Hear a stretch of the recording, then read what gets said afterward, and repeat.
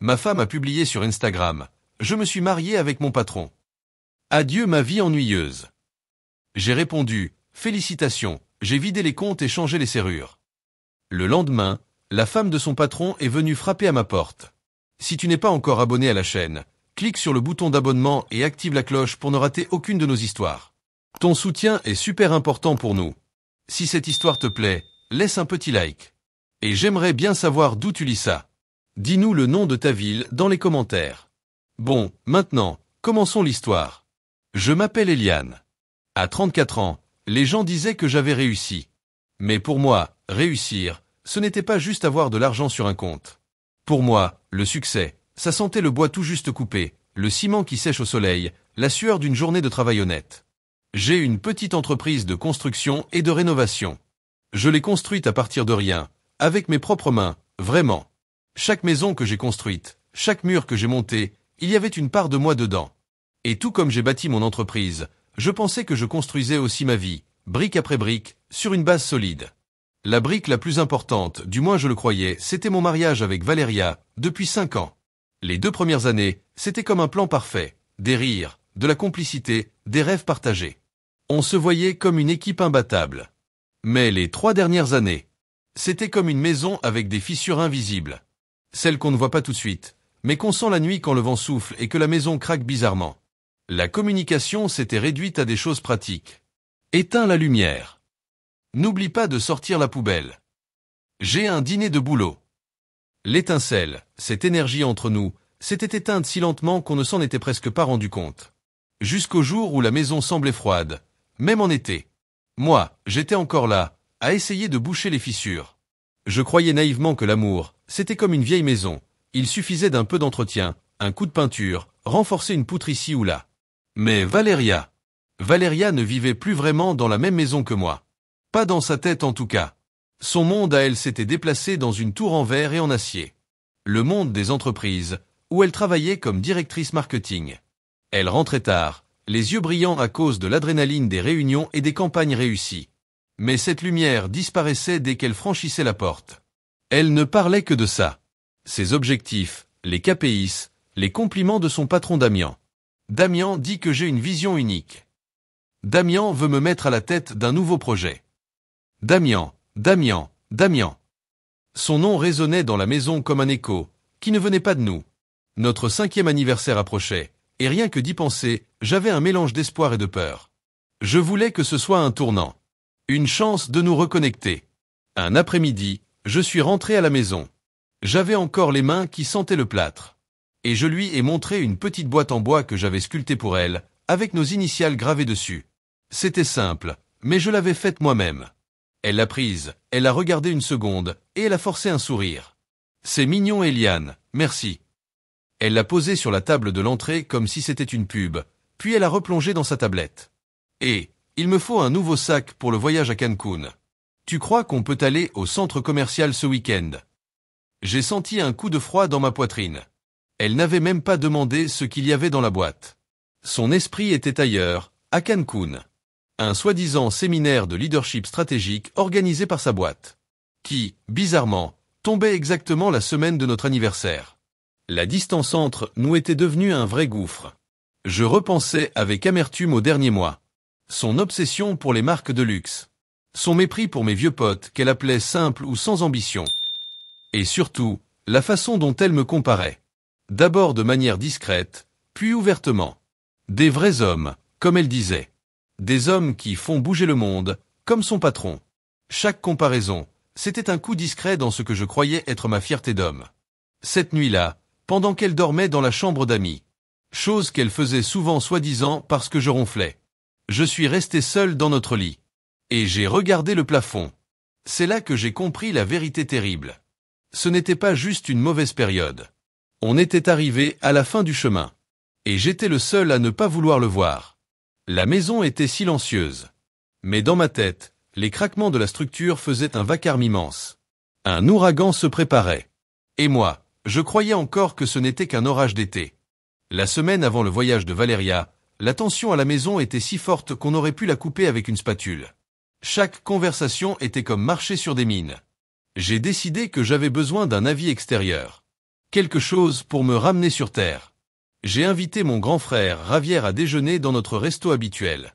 Une petite cantine où il servait la meilleure viande grillée de la ville. Javier, c'était un peu mon opposé dans plein de choses. Moi, je construis les choses. Lui, il les analyse. Il est comptable. Mais on partage les mêmes valeurs. On pense pareil sur ce que c'est, être un homme de parole. Pendant qu'on attendait les tacos, je lui ai parlé du voyage de Valeria. J'ai essayé d'avoir l'air détendu, comme si c'était normal. Mais Javier s'est arrêté de mâcher son taco. Il m'a regardé avec un regard sérieux.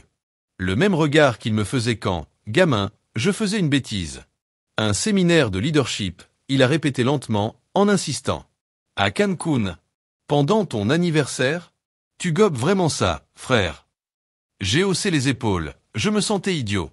C'est son travail, Javi. Elle dit que c'est une grande opportunité. Une grande opportunité pour te coller des cornes grosses comme un élan. Ouais, il a balancé sans filtre. Ces mots étaient crus. Ça m'a frappé. Écoute, il a continué en baissant la voix. Y a 2 ans, mon pote Miguel a vécu la même chose. Sa femme est partie à un congrès de vente à Vallarta. Elle est revenue toute motivée. 2 mois après, elle demandait le divorce. Elle est partie avec son patron. Faites attention, frère. Des femmes comme ça, elles ne partent pas, elles te jettent. Et elles le font quand t'as plus rien à leur donner. Ces paroles m'ont marqué. Cet après-midi-là, j'ai décidé de tenter un dernier geste désespéré. Avec le cœur lourd, j'ai réservé une table à la Casona. Un restaurant chic et colonial, celui où je lui avais demandé de m'épouser 5 ans plus tôt. Ce n'était pas mon genre, les grands gestes. Mais cette fois, ça en valait la peine. Je voulais lui rappeler d'où on venait. La base de ce qu'on avait construit ensemble. Quand je lui ai dit, elle n'a même pas levé les yeux de son ordi. Ah Eliane, c'est ringard. Tu vois pas que je suis débordé de boulot? Je prépare tout pour le voyage. Mais c'est notre anniversaire, Valeria. C'est important. Ce qui est important maintenant, c'est ma carrière, elle a répondu froidement. Et j'ai encore des présentations à finir. Malgré tout, je n'ai pas annulé la réservation. Je m'accrochais à un tout petit espoir. 1 heure avant notre rendez-vous, mon téléphone a vibré. Un message. Y a eu un dîner d'équipe de dernière minute. Désolé. On se voit plus tard. Même pas un appel. Juste un message. Je suis quand même allé au restaurant. Je me suis assis seul à une table pour 2. Entouré de couples qui riaient et se tenaient la main. J'ai commandé un double tequila et je l'ai bu d'un coup. L'alcool m'a brûlé la gorge, et l'orgueil. Le serveur me regardait avec un mélange de pitié et de professionnalisme. Je me sentais comme un idiot. Un cliché vivant. L'humiliation se servait glacée, et moi je la mangeais à la cuillère. Quand je suis rentré, elle était déjà là. Alors, le dîner, elle a demandé sans me regarder, tout en rangeant des chaussures hors de prix dans sa valise. Je n'ai rien dit. Je suis allé directement à la cuisine me servir un autre verre. Elle m'a suivi. Écoute Eliane, je sais que tu es fâché. Mais il faut que tu comprennes, ce voyage peut me rapporter une promotion. Si tu me soutenais vraiment, si tu voulais vraiment mon bonheur, tu comprendrais que c'est super important pour moi. Le si tu m'aimais vraiment. Ça a été la goutte d'eau. Elle a réussi à me faire me sentir coupable, d'être blessé. C'était une pro de la manipulation. Et moi, j'avais été son élève parfait pendant des années. J'ai hoché la tête en silence. Pas parce que j'étais d'accord, mais parce que je n'avais plus la force de discuter. Je suis allé dormir dans la chambre d'amis. Cette fois, c'était moi. J'avais besoin de respirer. J'avais l'impression que les murs de ma propre maison se refermaient sur moi. La fissure n'était plus une petite craquelure. C'était un gouffre. Et moi j'étais d'un côté. Elle avec ses valises prêtes de l'autre. Le jeudi est arrivé. Notre 5e anniversaire. Un jour qui aurait dû célébrer la solidité de notre couple. Mais j'étais seul. Assis sur le canapé de la maison que j'avais construite. Avec le silence comme seule compagnie. Ce silence était lourd, épais. C'était le silence d'un lieu qui avait été rempli de vie. Et qui maintenant n'abritait que des souvenirs fantômes. J'ai essayé de penser à autre chose. J'ai mis un film d'action, un de ceux avec plein d'explosions et peu de dialogue. J'ai monté le son, en espérant que le bruit couvre le vacarme dans ma tête. Mais ça n'a pas marché. Je pensais à Cancun. Je l'imaginais à des dîners chics. En train de rire avec son patron d'Amiens. vivant une vie bien plus excitante que celle qu'elle avait avec moi. Juste au moment où le héros du film sautait d'un immeuble en feu, mon téléphone a vibré. Pas une fois, plusieurs fois. Une avalanche de notifications Instagram. Bizarre. Je ne suis pas très actif sur les réseaux. J'ai eu une boule au ventre. Comme quand ta voiture fait un drôle de bruit. Tu sais que c'est sûrement rien, mais t'as peur que ce soit grave. J'ai déverrouillé mon téléphone. Et là, une notification m'a glacé le sang. Valéria vous a identifié dans une publication. Mon pouce tremblait pendant que j'ouvrais l'appli. Et là, la photo a envahi tout l'écran. Brillante. Cruelle. Avec un bonheur qui sonnait faux. Valéria était sur une plage. Le ciel derrière elle était orange et violet, comme un coucher de soleil des Caraïbes. Elle portait une robe blanche courte, légère. Et elle n'était pas seule. À côté d'elle, souriant d'un air arrogant, se tenait Damien. Lui aussi en blanc. Il l'enlaçait par la taille. Et l'embrassait. Autour, un petit groupe d'une dizaine de personnes applaudissait, levant des verres de champagne. On aurait dit un mariage. Un mariage sur la plage. C'est comme si on m'avait donné un coup de poing dans le ventre. Je n'arrivais plus à respirer. Mon cerveau refusait d'accepter ce que je voyais. Mais le pire, ce n'était pas la photo. Le pire, c'était le texte qui allait avec. Le coup de poignard final. Valéria avait écrit. Je viens de conclure le contrat le plus important de ma vie, et je commence la vie que je mérite. Officiellement, Madame de la Torre. Adieu à l'ennui et au quotidien prévisible. Hashtag nouvelle vie, hashtag Cancun, hashtag amour vrai. Et tout en bas, mon pseudo @Elian-constructeur était mentionné. Pour être sûr que je le vois. Que mes amis le voient. Ma famille. Mes clients. Ce n'était pas une erreur. C'était un coup monté. Un spectacle public pour m'humilier de la pire manière possible. La douleur a été immédiate. Comme une lame plantée en plein cœur. Une douleur physique. Une pression dans la poitrine qui s'est propagée dans mes bras et mes jambes. J'étais figé. Mais après la douleur, quelque chose d'autre est arrivé. Quelque chose de froid. De lourd. De sombre. La colère. Pas une colère explosive. Mais une colère glaciale. Calculée. La colère d'un homme à qui on a tout pris, et qui n'a plus rien à perdre. Je suis resté à regarder la photo. Je ne sais pas combien de temps. Des minutes. Peut-être une heure. Le film tournait encore en fond. Mais je ne l'entendais plus. Avec un calme qui m'a surpris moi-même. J'ai commencé à faire des captures d'écran. De la photo. De la légende. Des personnes qui avaient liké. Des commentaires de ses copines. Félicitations ma belle, tu le mérites. Vive l'amour. Ensuite, j'ai fait quelque chose de complètement instinctif. Je suis allé dans mon atelier, dans le garage. J'ai pris la petite boîte en bois que j'avais faite pour elle. Celle qu'elle avait ignorée. Je suis allé dans le jardin. Je l'ai mise dans un vieux tonneau en métal. Celui que j'utilisais pour brûler les restes de bois. J'ai versé du dissolvant dessus. Et j'ai allumé le feu. Je suis resté là à regarder les flammes dévorer le bois. À voir nos initiales se faire manger par le feu. La fumée est montée dans le ciel de nuit, emportant avec elle ce qui restait du mari que j'avais été. L'homme plein d'espoir. Le naïf qui voulait encore réparer l'irréparable. Quand les flammes se sont éteintes, et qu'il ne restait que des cendres chaudes, je suis rentré. J'ai pris mon téléphone. J'ai ouvert Instagram. Je suis allé dans les commentaires de sa publication. Et tout en bas, j'ai écrit juste un mot. Félicitations. Puis je l'ai bloqué. De partout. Je l'ai effacé de ma vie numérique. Mais pas avant d'avoir fait une dernière chose. J'ai appelé mon meilleur ami. Le seul homme en qui j'avais totalement confiance pour une guerre. Léo, j'ai dit quand il a décroché. Ma voix sonnait creuse. C'est Eliane. J'ai besoin de te voir. Tout de suite. Il y a eu un petit silence à l'autre bout du fil. Je pouvais entendre des bruits de vaisselle et de discussions en fond. Comme s'il était à un dîner de famille. Léo, c'était mon pote depuis qu'on était gamin. On construisait des cabanes en carton. Lui, aujourd'hui, il construisait des dossiers juridiques. Il était devenu un des meilleurs avocats en divorce de la ville. Eliane, t'es sûr que ça va? T'as une voix bizarre. Il a dit. Son ton était passé du mode relax au mode alerte. Non. Ça va pas. Mais ça ira. Tu peux me voir? C'est urgent. Mon bureau. Dans 1 heure, Il a répondu sans hésiter. Il n'a posé aucune question. C'est ça que j'aimais chez lui. Il savait quand il fallait parler, et quand il fallait juste agir. Cette heure a été la plus longue de ma vie. Je tournais en rond dans la maison comme une bête en cage. La colère froide que je ressentais s'était transformée en armure. Il n'y avait plus de douleur. Seulement un but clair. Tranchant. Quand je suis arrivé dans son bureau chic en plein centre-ville. Il m'attendait déjà. 2 verres. Une bouteille de whisky hors de prix sur son bureau en acajou. Je n'ai rien dit. J'ai juste posé mon téléphone devant lui. Il a pris l'appareil. Il a regardé l'écran. Ses sourcils se sont levés presque jusqu'à son front. Il a laissé échapper un long sifflement. Entre étonnement et colère.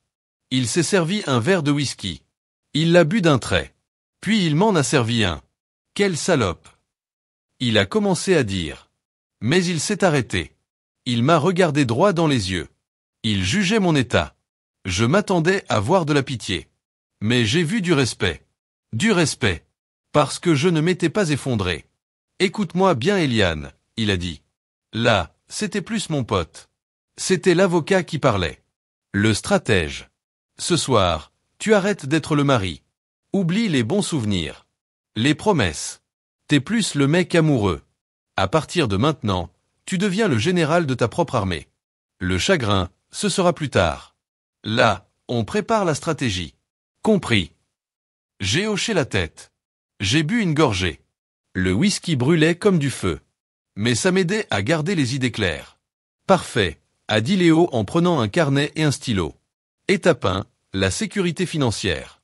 Demain matin, 9 heures pile, tu vas à ta banque principale. Tu bloques tous les comptes conjoints. Tu annules toutes les cartes supplémentaires à son nom. Tu déplaces ton argent, tout ton argent, tes économies, les fonds de ton entreprise, dans de nouveaux comptes à ton nom seul. La dernière transaction que tu as faite pour son voyage. Ça va devenir la plus grosse erreur financière de sa vie. Étape 2, la maison. Il a vérifié les registres de propriété sur son ordinateur. La maison est à ton nom. Tu l'as achetée 2 ans avant le mariage. C'est un bien personnel. Légalement, elle n'a aucun droit d'y rester si tu veux qu'elle parte. Il a sorti son téléphone. Je connais un serrurier dispo 24h24. Il sera chez toi avant même que tu rentres. Étape 3, l'évacuation. Tu rentres à la maison. Tu fais ses bagages. Vêtements, chaussures, maquillage, photos. Tout. Tu utilises des cartons. Les moins chers que tu trouves. Tu ne casses rien. Pas de vengeance. Sois méthodique. Tu étiquettes chaque carton. Et tu les empiles dans le garage. On veut montrer que tu ne la vires pas brutalement. Tu facilites juste sa sortie de la maison. Maison qu'elle a déjà abandonnée. Étape 4, la bombe. Lundi matin, je demanderai une copie officielle. De l'acte de mariage de Valéria et Damian au registre civil de Quintana Roo. Internet, ça fait des miracles aujourd'hui. Il a souri. Et si ce document existe et je parie ma licence d'avocat qu'il existe? On porte plainte pour bigamie. Un crime. Un vrai. Elle ne sera plus une femme infidèle. Mais une criminelle qui implore la clémence. Je suis sorti du bureau de Léo en me sentant comme un homme différent. Le mari blessé était mort dans cette pièce. À sa place, il y avait un bâtisseur. Un homme qui savait que, parfois, pour reconstruire, il faut d'abord démolir jusqu'aux fondations. Quand je suis rentré chez moi, comme Léo l'avait promis, le serrurier était déjà là, pendant qu'il changeait la serrure de la porte d'entrée. Le métal qui nous avait unis. Moi, j'ai commencé la tâche la plus difficile. Effacer Valéria de ma maison. Carton par carton. J'ai passé tout le vendredi et le samedi à faire ça. Comme dans un état second. Mais productif. Le travail physique de mettre toute la vie d'une personne dans des boîtes. C'était presque thérapeutique. Chaque robe de marque. Chaque paire de chaussures chères. Chaque flacon de parfum français. Que j'emballais dans du papier journal. Était une preuve concrète de la femme qu'elle était devenue. Et du gouffre qu'il y avait désormais entre nous. Je n'ai pas ressenti de nostalgie. Seulement une détermination froide. J'ai rempli 37 cartons. Je les ai empilés proprement dans le garage. Comme un monument à nos 5 années de mensonges. Mon téléphone, pendant ce temps, c'était un champ de bataille. À partir de vendredi après-midi, les messages ont commencé à arriver. D'abord la confusion. Hey, Ma carte n'est pas passée à la boutique. Il y a un souci avec la banque. Puis l'agacement. Eliane, c'est la deuxième fois que ma carte est refusée. Appelle la banque, s'il te plaît. Et enfin, samedi soir, la colère. Je sais pas à quoi tu joues, mais tu ferais mieux de régler ça tout de suite. Réponds-moi. J'ai ignoré tous ces messages. Chaque vibration du téléphone. C'était une preuve que mon plan fonctionnait. Je coupais ses ressources. Je la laissais seule, sur son île de choix et de mensonges. Dimanche après-midi, j'étais dans le salon, en train de lire. Quand j'ai entendu une voiture-taxi s'arrêter dehors. Mon cœur a eu un petit saut, réflexe stupide. Le dernier reste du vieil Eliane. J'ai respiré profondément. Je me suis préparé.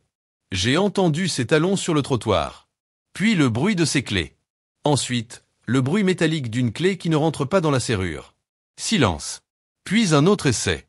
Encore un autre. La sonnette a retenti, une fois, brusquement. J'ai attendu. Elle a sonné de nouveau. Plus longtemps cette fois, comme une alarme de colère. Je me suis levé calmement. Je suis allé à la porte. J'ai regardé par le Judas. Elle était là. Ses lunettes de soleil de marque. Son bronzage parfait. Et une expression d'agacement au teint. J'ai ouvert la porte. Mais juste de quelques centimètres. Juste assez pour que la chaîne de sécurité bloque. Nos regards se sont croisés à travers l'ouverture. Son visage est passé de l'arrogance à l'incompréhension. « C'est quoi ça ?» elle a crié. « Pourquoi t'as changé la serrure ? Enlève cette chaîne tout de suite. » Ma voix, quand elle est sortie, était plus calme et plus froide que je ne pensais pouvoir l'être. « C'est ma maison, Valéria. Et tu n'y vis plus.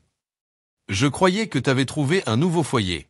Félicitations, Madame de la Torre, au fait. » La couleur a quitté son visage. Ses yeux se sont ouverts, pris de panique. Le masque de supériorité s'est brisé. « De quoi tu parles ? C'était une blague, Eliane, pour l'amour de Dieu. Une stupide blague. On était bourrés, sur la plage. C'était une fausse cérémonie, pour les touristes, juste pour s'amuser. » Sans dire un mot, j'ai levé une feuille que j'avais dans la main. Une impression couleur, de bonne qualité, de sa publication Instagram. Je lui ai montré la photo par l'ouverture de la porte. Et ça, adieu l'ennui et la routine. C'est une blague aussi. L'étiquette avec mon pseudo. C'était pour que je rigole avec vous aussi. Elle n'a rien pu dire. Sa bouche s'ouvrait et se fermait. Mais aucun son ne sortait. La preuve était là. Son petit numéro de manipulation s'écrasait contre le mur de la réalité. Tes affaires sont dans le garage. J'ai continué avec le même ton neutre. 37 cartons. Tu as exactement 1 heure. Pour qu'un camion de déménagement vienne les chercher. Si elles ne sont pas parties d'ici là, je les donnerai à une association. Demain matin, un avocat MON avocat prendra contact avec le tien. Si tu en as un, ne me parle plus. Ne m'appelle plus. Ne m'écris plus. C'est fini. Et j'ai refermé doucement la porte sur son visage. J'ai entendu un cri étouffé, plein d'incrédulité, puis un flot d'insultes. Elle a commencé à frapper la porte avec ses poings. « Eliane, ouvre cette porte. Tu peux pas me faire ça. Je suis ta femme. » Je n'ai pas répondu. Je l'ai juste murmuré pour moi-même. « Tu ne le haises plus. » Je suis retourné dans le salon. J'ai mis mes écouteurs anti-bruit. J'ai mis de la musique classique, à fond. Et je suis retourné lire mon livre. Dehors, la tempête Valéria faisait rage. Mais à l'intérieur, dans ma forteresse, il n'y avait que du silence. Un silence paisible. Un silence définitif. La démolition avait commencé. Le lundi matin, la maison semblait immense et silencieuse. L'absence de Valéria était devenue une présence en elle-même. Mais ce n'était plus un vide douloureux. C'était un espace propre. Une page blanche. Je me suis plongé dans le travail. Les plans, les appels avec les fournisseurs. La routine, c'était mon encre. Dans cette tempête personnelle que j'avais moi-même déclenchée. Vers le milieu de l'après-midi. Alors que je vérifiais des factures. Mon téléphone personnel a sonné. C'était un numéro inconnu. J'ai hésité. Peut-être Valéria, depuis un autre téléphone. Ou pire, sa mère. Mais quelque chose en moi m'a poussé à décrocher. Allô ? Est-ce que je parle à monsieur Eliane Roras ? C'était une voix de femme. Froide, polie, avec un ton ferme. Pas d'hystérie, Juste une autorité tranquille. Oui, c'est moi. Qui est à l'appareil? Il y a eu une courte pause. Comme si elle cherchait bien ses mots. Je m'appelle Sophia de la Torre. Je pense que mon nom vous dit quelque chose. Je suis, ou plutôt j'étais, la femme de Damian de la Torre. Je suis resté figé. Parmi toutes les personnes que j'imaginais appeler, elle n'en faisait pas partie. Mon cerveau tournait à toute vitesse. C'était un piège. Elle essayait de récupérer des infos pour Damian? Je comprends. C'est tout ce que j'ai réussi à dire. Monsieur Roras, Eliane, si je peux me permettre. A-t-elle continué? Je sais que c'est très inconfortable. Mais j'ai vu la publication. Je l'ai vue jeudi soir. Et je veux que vous sachiez que vous n'êtes pas seul. Je pense que ce serait bénéfique, pour nous deux, qu'on se parle. Mon esprit oscillait entre la méfiance et la curiosité. Parler de quoi, exactement? De la vérité. A-t-elle répondu simplement. Et de justice. Je vous propose qu'on se voie dans un lieu public. Je vais vous envoyer l'adresse d'un café. Venez seul.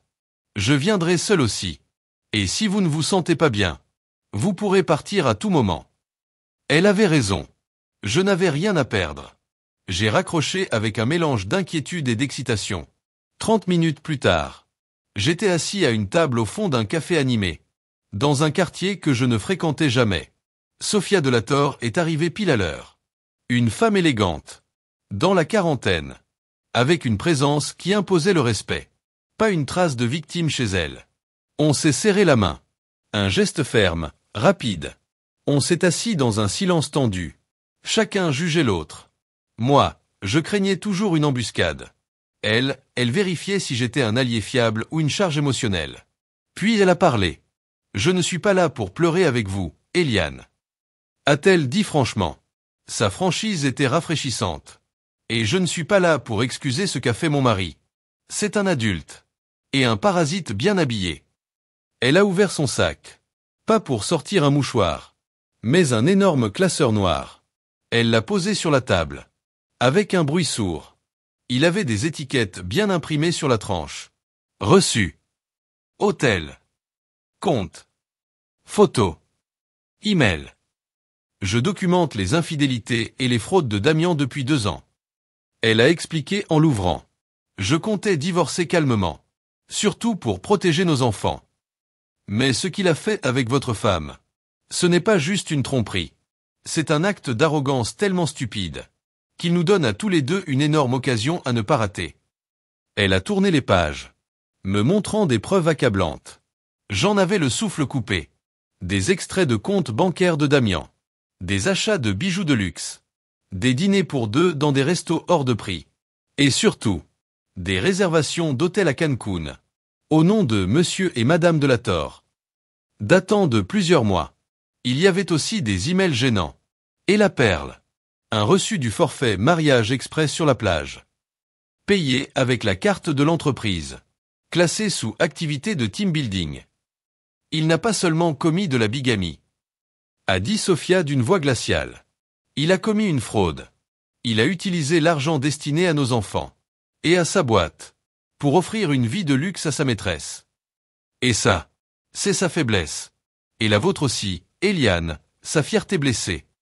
Ensemble, on peut transformer cette faiblesse en force.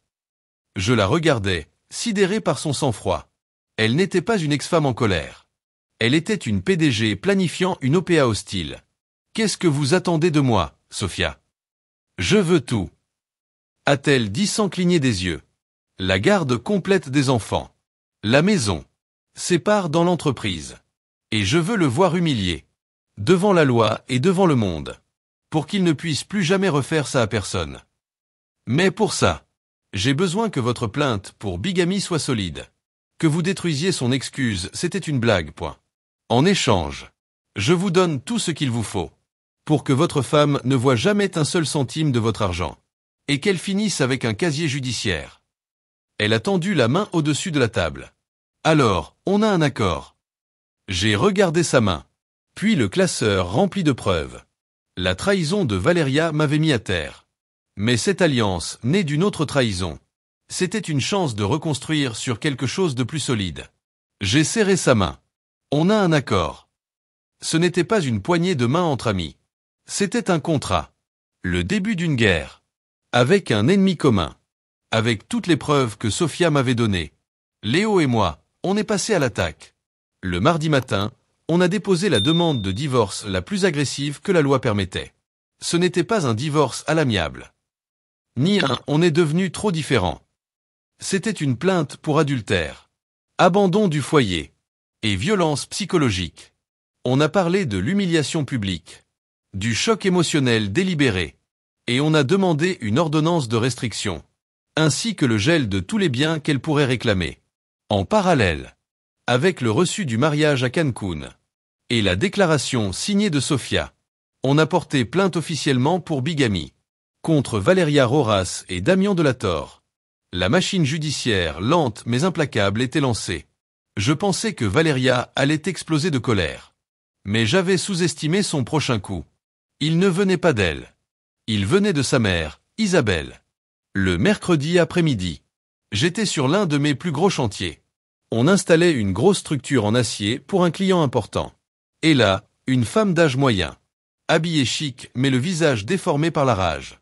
A débarqué en plein chantier. Ignorant tous les panneaux de sécurité. C'était Isabelle. Elle a crié. Eliane Roras. Tout le monde s'est arrêté. Les ouvriers, les clients, tout le monde nous regardait. Espèce de lâche. T'es qu'un moins que rien. Je suis allé vers elle en essayant de garder mon calme. Isabelle, s'il te plaît, pas ici. Ne m'interromps pas. Elle hurlait. Après que ma fille t'a donné les meilleures années de sa vie. Tu la fous dehors comme un chien. Tout ça pour une petite erreur. Une blague. T'es un monstre. Un contrôleur malade. Les gars du chantier me regardaient, mal à l'aise. Les clients fronçaient les sourcils. L'humiliation était forte. Juste à ce moment. Une camionnette est arrivée. C'était mon frère Ravière. Il venait m'apporter des documents. Il a vu la scène. Il est descendu d'un bond. Et s'est mis entre elle et moi. Madame, avec tout le respect. Vous êtes sur une propriété privée. Et vous perturbez un travail sérieux. A dit Ravière, calme mais ferme. Je vous demande de partir tout de suite. Ou j'appelle la police pour vous faire sortir. Isabelle l'a fusillé du regard. Mais la carrure de Ravière. Et la menace de la police l'ont calmé. Ça va pas rester comme ça. Ma fille est pas seule. A-t-elle crié en partant. En laissant un nuage de haine derrière elle. Cette nuit-là. La guerre est passée du monde réel au monde numérique. Comme sa mère l'avait promis. Valeria avait un plan. Elle a commencé à poster des messages étranges sur son Facebook. Qui étaient maintenant publics. De longs textes mélodramatiques. Sur les relations toxiques. Se sentir piégé. Ne pas avoir de voix. Et le courage de sortir d'une cage dorée. Elle ne disait pas mon nom. Mais c'était clair. Elle essayait de faire passer l'idée qu'elle était la victime. Et que j'étais le méchant. Le mari froid, contrôlant, ennuyeux. Dont elle avait enfin eu le courage de fuir. Ses amis ont commenté avec des messages de soutien. Force à toi ma belle. Tu es courageuse de dire la vérité. Elle essayait de gagner la guerre de l'opinion publique. De salir mon image avant qu'on aille au tribunal. J'ai pris des captures d'écran. Je les ai envoyées à Léo. Sa réponse a été immédiate. Parfait. C'est génial. Comment ça génial? Elle me salit. Non Eliane. A-t-il répondu. Elle se pend toute seule avec sa corde. Elle crée un dossier public de mauvaise foi et de diffamation. Au tribunal, on va présenter tout ça comme une tentative. De manipuler le procès. Et de détruire ta réputation. Chaque poste qu'elle fait. C'est un clou de plus dans son propre cercueil. Toi, tu ne réponds pas. Tu ne dis rien. Tu continues à construire ton dossier. En silence. Pendant qu'elle construit son propre bûcher. Devant tout le monde. Et j'ai compris que Léo avait raison. Cette guerre. On ne la gagnerait pas avec des cris ou des réseaux sociaux. On la gagnerait avec des faits. Des preuves. Et une patience de fer. J'ai éteint mon téléphone. Et je suis retourné à mes plans. Pendant que Valeria faisait du bruit. Moi, je préparais mes armes. En silence. Pour la seule bataille qui comptait vraiment. L'attaque légale et financière que Sofia et moi avions lancée. A commencé à porter ses fruits plus vite que prévu. La plainte officielle que Sofia avait envoyée au conseil d'administration de l'entreprise de Damian, avec les relevés bancaires frauduleux en pièces jointes, a provoqué un gros stress dans les étages supérieurs. Les grandes entreprises détestent les scandales, surtout quand ça touche le vol ou les fautes graves d'un cadre dirigeant. Ils ont ouvert une enquête interne. Damian a été convoqué d'urgence. Et ce qui s'est passé ensuite a été une vraie leçon de trahison et de lâcheté, face aux preuves claires, et au risque de perdre non seulement son job, mais aussi d'avoir des problèmes avec la justice. Damian a fait ce que font tous les parasites. Quand ils sont coincés, il a sacrifié celle qu'il avait nourrie pour sauver sa peau. D'après ce que Sofia m'a raconté ensuite, elle avait un contact dans les ressources humaines. Damian a raconté une histoire incroyable. Il a dit que Valeria s'était obsédée de lui depuis des mois, qu'elle le harcelait discrètement, qu'elle l'avait suivi à Cancun sous prétexte d'un voyage de travail, et qu'elle avait tout organisé. La fausse cérémonie, la publication Instagram, le piège pour qu'il s'engage avec elle. Il s'est présenté comme une victime. Un homme marié, sérieux, qui avait juste été trop gentil avec une subordonnée. C'était une vraie performance digne d'un Oscar. Parfaite pour plaire au conseil d'administration, composé de vieux types pas très féministes. Le conseil, paniqué à l'idée d'un scandale et d'un procès potentiel de la part de Sofia, a choisi la solution la plus rapide. Il s'en fichait de la vérité. Il voulait juste éviter les ennuis. Ils ont donc décidé d'éliminer les deux problèmes. Damian a été viré, mais on lui a quand même donné une grosse indemnité, à condition qu'il signe un contrat de silence béton. Disparu du monde pro sans faire de bruit. Sa trahison envers Valeria lui a permis une sortie. Honteuse mais confortable. Valeria, par contre, n'a pas eu cette chance. Un vendredi après-midi, alors qu'elle était chez sa mère, en train de préparer un autre post Facebook dramatique, elle a reçu un email officiel des RH. Le titre: Rupture de contrat. Le message était aussi froid qu'un frigo. Comportement inapproprié. Violant le code éthique de l'entreprise. Pas d'indemnité. Pas de lettre de recommandation. Sa carrière. Ce qu'elle mettait au-dessus de tout. Ce pourquoi elle avait détruit notre mariage. S'est effondré, d'un simple clic. Presque en même temps. Son téléphone a vibré. Un message de Damian. Ce qu'on a vécu était une erreur. Je te souhaite le meilleur. Elle a essayé de l'appeler. Le numéro n'était plus attribué. Il l'avait bloqué. Il l'avait utilisé. Puis jeté comme un mouchoir usé. C'est à ce moment-là que mon téléphone a recommencé à sonner. C'était elle. Mais cette fois, sa voix n'était ni arrogante ni furieuse. Elle était brisée. Désespérée. Elle m'a laissé une série de messages vocaux. Un après l'autre. Chacun plus chaotique que le précédent. Eliane, s'il te plaît, il faut que tu m'aides. Ils m'ont viré. C'est Damian, il m'a manipulé. Il m'a obligé à faire tout ça. Le suivant était rempli de sanglots. Tu m'as ruiné la vie. Tout était parfait et tu l'as gâché. Et le dernier. Un murmure rempli de haine impuissante. Tu vas le payer, Eliane. Je te jure que tu vas le payer. J'ai écouté tous les messages. Avec une étrange sensation de détachement. Je n'ai pas ressenti de plaisir. Ni de tristesse. C'était comme regarder un immeuble s'écrouler. À cause de ses propres défauts de construction. C'était inévitable. Elle avait bâti sa vie sur du faux. Et maintenant, tout s'effondrait. J'ai enregistré les messages vocaux. Je les ai classés par date et heure. Et je les ai envoyés à Léo par mail. Avec un titre simple. Encore plus de munitions. L'explosion avait eu lieu. Les deux méchants de mon histoire, à cause de leur propre égoïsme, avaient fini par se détruire l'un l'autre. Valeria s'était retrouvée complètement seule. Plus d'amants, plus de travail, plus d'argent. Et en plus, une plainte pénale sur le dos. Elle avait voulu une vie de film. Et maintenant, elle vivait le dernier acte d'une tragédie grecque, qu'elle avait elle-même écrite. Les mois qui ont suivi ont été un long processus, mais régulier, dans le système judiciaire, grâce au travail méticuleux de Léo, et aux tonnes de preuves qu'on avait. Le divorce a été plus rapide que ce qu'on pensait. L'audience au tribunal de la famille. C'était presque surréaliste. Valeria est arrivée avec sa mère. Toutes les deux habillées en noir. comme si elle venait à un enterrement. Elle avait embauché un avocat, qui ressemblait plus à un acteur de série qu'à un vrai avocat. Leur stratégie était claire. Jouer sur la pitié.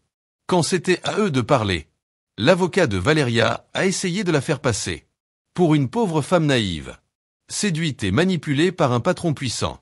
Puis Valeria est montée à la barre. Elle a versé des larmes de crocodile, qui brillaient sous les néons de la salle. Elle m'a regardé droit dans les yeux, et a dit « Je t'aime encore, Eliane ».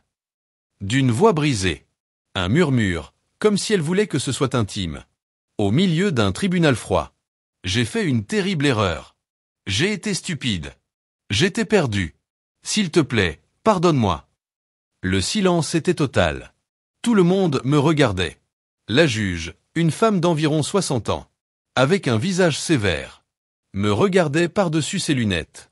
Pendant une fraction de seconde, j'ai ressenti un petit pincement. Un écho du passé.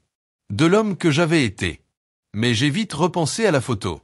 À l'humiliation publique. À ses mensonges. À sa mère qui était venue crier sur mon chantier.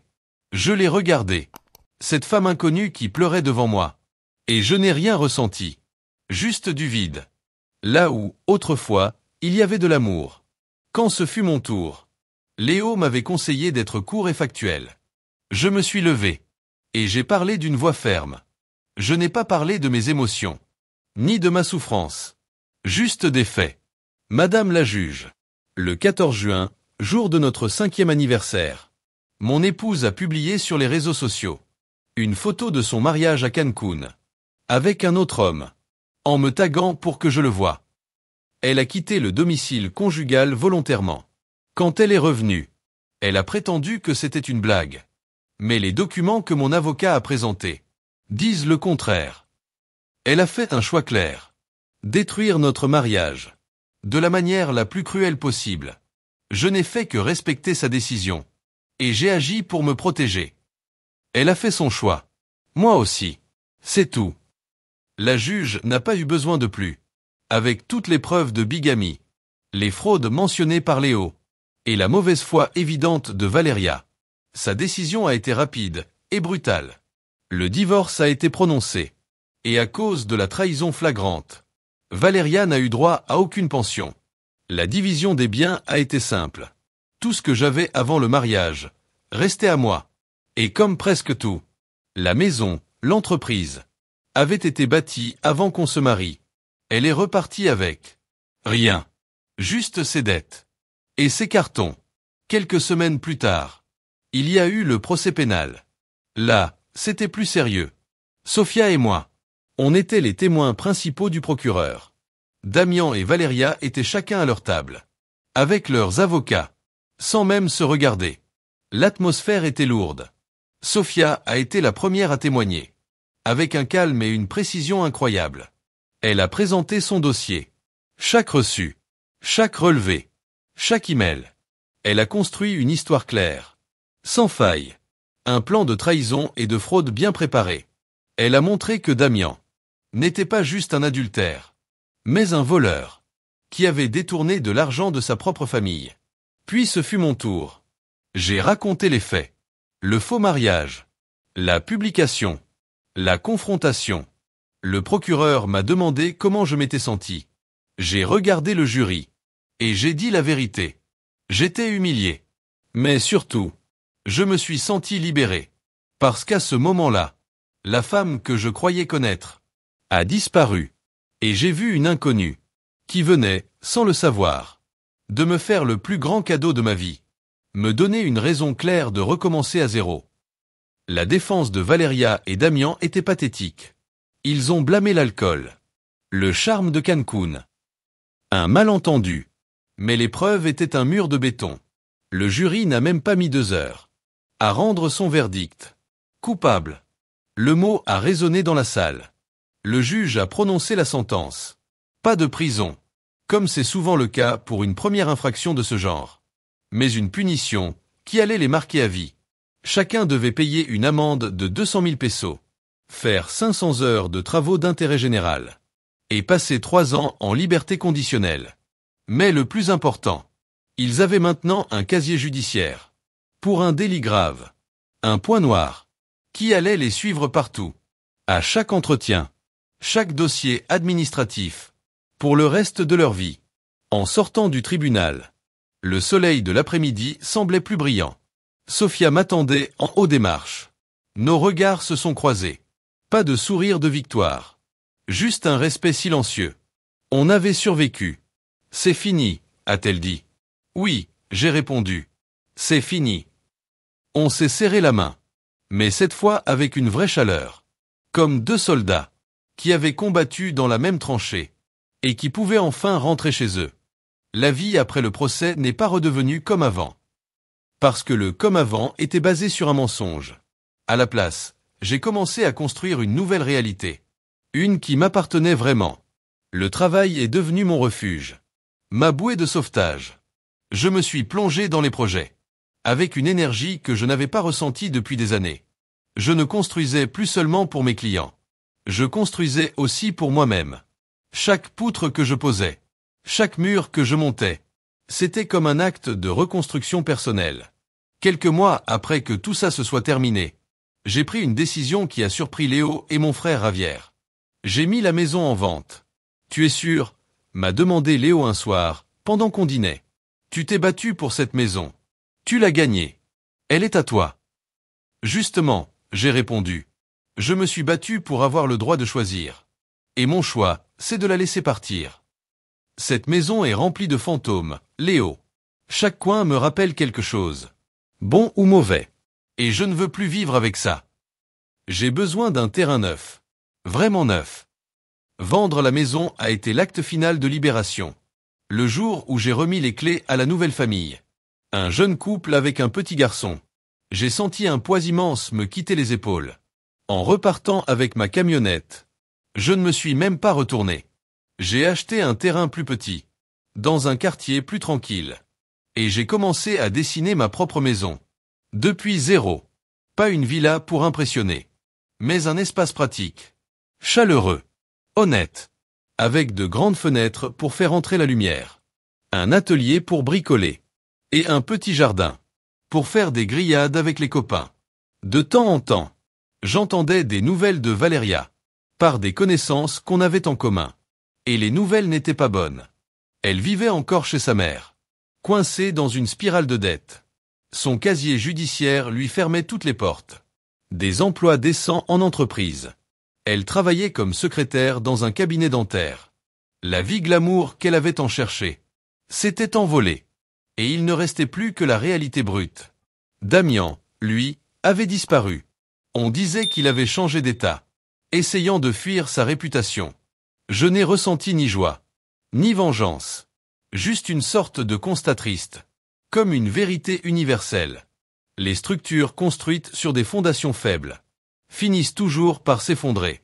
Ma dernière rencontre formelle avec Sophia a été pour signer quelques papiers liés aux frais du procès.